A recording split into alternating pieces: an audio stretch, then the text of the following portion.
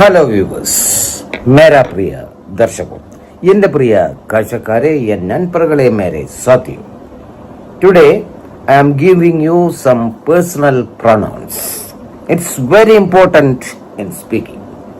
അപ്പോൾ ഇന്ന് ഞാൻ തരുന്നത് കുറച്ച് പേഴ്സണൽ പ്രൊനൗൺ അല്ലെ. പ്രൊനൗൺ എന്ന് പറഞ്ഞാൽ നമുക്കറിയാം സർവനാമം എന്നൊക്കെ പറയും അല്ലേ. അതായത് ഒരാളുടെ, അതായത് അദ്ദേഹത്തിൻ്റെ പേരോ സ്ഥലപ്പേരോ ഒന്നും, ഒരാളുടെ പേര് അല്ലെങ്കിൽ ഒരു സ്ഥലപ്പേര് അത് പെർട്ടിക്കുലറായി പറയാതെ അല്ലേ. ഇപ്പം നമ്മൾ അവൻ ഇവൻ എന്നൊക്കെ പറയില്ലേ, ഞാൻ അവർ അല്ലെ, അതുപോലെ അത് ഇത് എന്നൊക്കെ പറയാറുണ്ട്. ഇതിനാണ് നമ്മൾ പേഴ്സണൽ പ്രൊനൗൺ എന്ന് പറയുന്നത് അല്ലേ.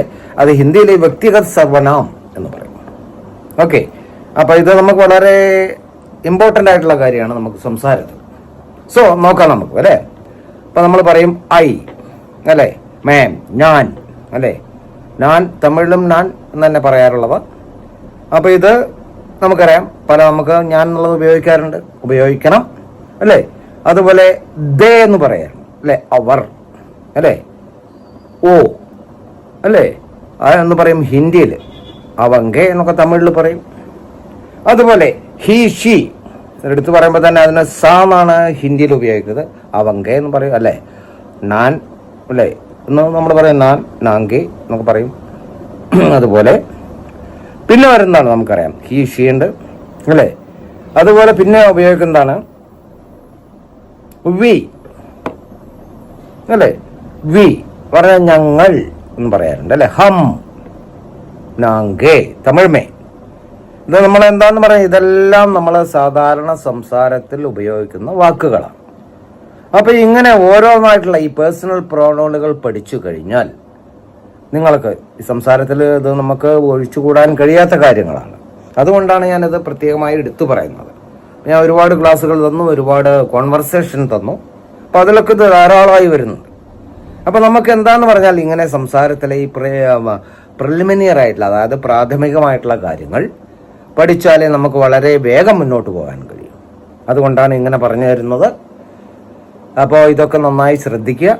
അതുപോലെ ഞാൻ വീണ്ടും വീണ്ടും ആവർത്തിക്കുകയാണ്, എൻ്റെ ക്ലാസ്സുകൾ നിങ്ങൾ നിരന്തരമായി കണ്ടുകൊണ്ടിരുന്നാൽ, ഞാനിത് മുമ്പേ പ്രോമിസ് തന്നിട്ടുണ്ട്, നിങ്ങൾക്ക് ഏതാനും ദിവസങ്ങൾക്കുള്ളിൽ ഒരുപാട് ഭാഷകൾ വളരെ എളുപ്പത്തിൽ സംസാരിക്കാൻ കഴിയും എന്ന് എനിക്ക് ഉറപ്പുണ്ട്. അതുകൊണ്ട് നിങ്ങൾ എന്ത് ചെയ്യണം, ഇത് തുടർച്ചയായി കണ്ടുകൊണ്ടിരിക്കണം.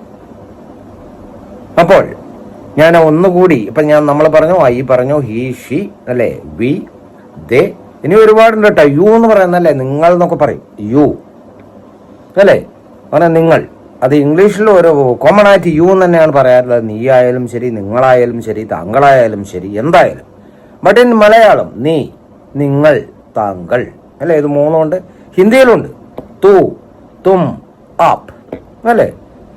അതുപോലെ അവങ്ക, അവർ എന്നൊക്കെ ചൊല്ലും, അവർ അത് തമിഴ്മേ. അപ്പോ അവങ്ക. അപ്പോ ഈ ഒരു വ്യത്യാസം എന്ന് പറഞ്ഞാൽ യു ഇംഗ്ലീഷിൽ കോമൺ ആയി എല്ലാറ്റിനും ഒരുപോലെയാണ് ഉപയോഗിക്കാറ്. ഈ കാര്യം മനസ്സിലാക്കുക. അതുപോലെ ഒരുപാടുണ്ട് കേട്ടോ പേഴ്സണൽ പ്രൊനൗൺസ്. ഒരുപാടുണ്ട്, മീ ഉണ്ട്, ഒരുപാടുണ്ട്, ഇറ്റ് ഉണ്ട്, അങ്ങനെ ഒരുപാട് ഉപയോഗിക്കും അല്ലേ. ഇത് അത് എന്നൊക്കെ പറയാറുണ്ട്. അപ്പോൾ എനിവേ, അപ്പോൾ നിങ്ങൾ നന്നായി നോക്കുക. ഞാൻ എൻ്റെ ചാനലുകളുടെ പേരുകൾ ഒന്നുകൂടി ഓർമ്മിപ്പിക്കുകയാണ്. യൂട്യൂബിൽ എൻ്റെ link step up with English, Prakash T K Menon. Subscribe it, otherwise you can get the continuation of the classes. അപ്പോൾ നിങ്ങൾ ഈ ലിങ്ക് സബ്സ്ക്രൈബ് ചെയ്യണം എൻ്റെ ചാനൽ, എന്നാൽ മാത്രമേ നിങ്ങൾക്ക് തുടർച്ചയായി ക്ലാസ്സുകൾ വന്നുകൊണ്ടിരിക്കുകയുള്ളൂ. അതുപോലെ ഫേസ്ബുക്കിൽ എൻ്റെ link step up with English 108 108 following and share. അതുപോലെ തന്നെ ഇൻസ്റ്റാഗ്രാമിൽ എൻ്റെ link Prakash T K 7 Prakash T K 7, അതും ഇതുപോലെ ഫോളോയിങ് ആൻഡ് ഷെയർ. അപ്പോൾ ഇനി അടുത്ത വീഡിയോവുമായി നമുക്ക് വീണ്ടും കണ്ടുമുട്ടിയിരിക്കണം, കാണണം. ഓക്കെ ദെൻ, ഗുഡ് നൈറ്റ്, ശുഭരാത്രി.